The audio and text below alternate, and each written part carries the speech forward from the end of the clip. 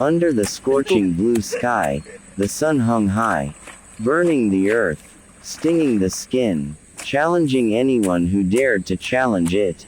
But, in the middle of the expanse of green, that stretched out wide, stood that figure, firm, majestic, and without hesitation, a farmer, a man with veins on his arms protruding, skin darkened by the sun, and a look in his eyes that never went out by fatigue. His hand gripped a hoe, sharp, heavy, and friendly in silence. Every swing of his hoe hit the ground with a definite rhythm. The ground cracked, the mud lifted. He repaired the rice field embankments that were starting to erode. Not talking much, no complaints, only his heavy breathing, occasionally giving in to the midday heat. The sweat falls, dripping onto the land he loves. Same land, who grows rice for his family, for his life. Every drop of sweat merges with the mud, being a silent witness, a struggle that was never asked to be praised. The wind blows softly, doesn't help much, but he remained standing. His left hand rubbed his forehead. His right hand never stops working. Swing after swing, the slow rhythm of work turns into a silent song, in a language that only the land understands. Sky, and his own heart, at the end of the rice fields. A sparrow perched, watching in silence. The farmer's steps did not falter. He's not getting the job done. He is preserving the legacy. He is challenging nature, not to win, but to survive. And in the midst of the scorching heat, among the vast and silent fields, a man stood, a farmer, unknown to the world, not recorded in history. But, in that place, in that second, he was a hero, silent, solid, and I approached him, slowly, stepping on the narrow and slippery embankment. Mud touched my feet, but I ignored it. The closer I stepped, the clearer I saw his figure. The man, his body was big, his clothes were wet with sweat, and his breathing was heavy. But still regular. He knew I was coming. I stood just a few steps away from him. His hoe was raised again, hitting the ground, creating a small splash of mud that hit his calf. He paused for a moment, lifted his face. His eyes were sharp, shady. There was a hardness in that gaze, but also deep. So deep, as if holding seasons that had long passed. We looked at each other. No words, no sound except the rustle of the wind and the distant song of the grasshoppers. Then he spoke, slowly, almost like a murmur. "Why are you here?" His voice was hoarse, deep, like the earth itself. I opened my mouth, but my tongue was numb. Because, when I saw him up close, I realized, this was not just a man working. This was not just a farmer. This was something bigger than that.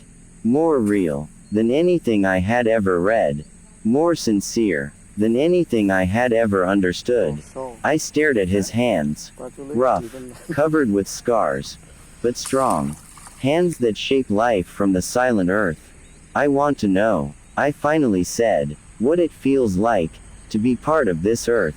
He chuckled, but not mockingly, laughing like someone who has heard the question 1,000 times, and yet, still appreciates it.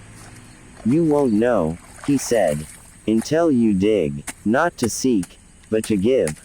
He bent down again. The hoe lifted again. The ground cracked. The world spun. And I could only stand there, watching, feeling small, feeling still. Because for a moment, time stopped. And I knew, that day I didn't just see a farmer. I saw a soul united with the earth. I saw a power that didn't make a sound. I saw it this time. I was amazed, truly amazed. Under the burning sky, when the heat seemed to burn the lungs from the inside, he was still standing, still working, still swinging his hoe, with strength that didn't slacken for a second. I felt the heat piercing my skin, making sweat fall just from standing. But he, the man, kept moving. His muscles tensed every time he slammed the hoe into the ground. And, even though sweat was pouring down his face and neck, he didn't seem to have any intention of stopping. There was no expression of complaint. There was no plea for mercy from nature. There was only focus, determination, and strength that was born not from muscles, but from a heart that never gives up. In the middle of the deserted rice fields, under the fierce sun, I witnessed toughness in its most honest form. Not in uniforms, not in cheers, but in silence, in sweat, in the swing of the hoe that is consistent like the ticking of time. I looked at him, not just as a farmer, but as an unshakable mountain, and in my heart, a sense of respect grew. Silent and deep, unexplainable in words, because that afternoon, under the heat that tested everything, I witnessed true strength, and I knew I was seeing something rare, something sincere, something thrilling. I was there for quite a while, standing on the edge of the embankment that was starting to dry out, talking to him, with a man who never asked to be remembered, but deserved to be immortalized. At first our conversation was simple. About the weather, about the planting season, about irrigation water that sometimes comes, sometimes disappears, like promises that are not kept. But slowly, the conversation changed, deeper, more softly. He told me about the mornings he spent in silence, when the dew still hung on the tips of the rice leaves. About his wife who always prepared coffee and rice parcels before the sun rose. About his children who were waiting for the harvest, like waiting for a dream that was still far away. Sometimes he laughed short laughs, like an old habit. Sometimes he was silent, staring far into the horizon, as if looking for something that had been lost behind the rows of hills. I listened, and for the first time, I felt truly present. "This rice field," he said suddenly, while staring at the green expanse in front of him, "is not just land and water. This is where I learn. The place where I fall, and rise again." I nodded, not daring to interrupt. "People say life is hard," he continued. "But hardness is not the enemy. It is only a tester. If you endure, it will shape you. If you run, well, you will be lost." When I finally stood up, ready to say goodbye, he turned and said, "Come again, but not to see, to try." I could only nod, because in my chest, something moved.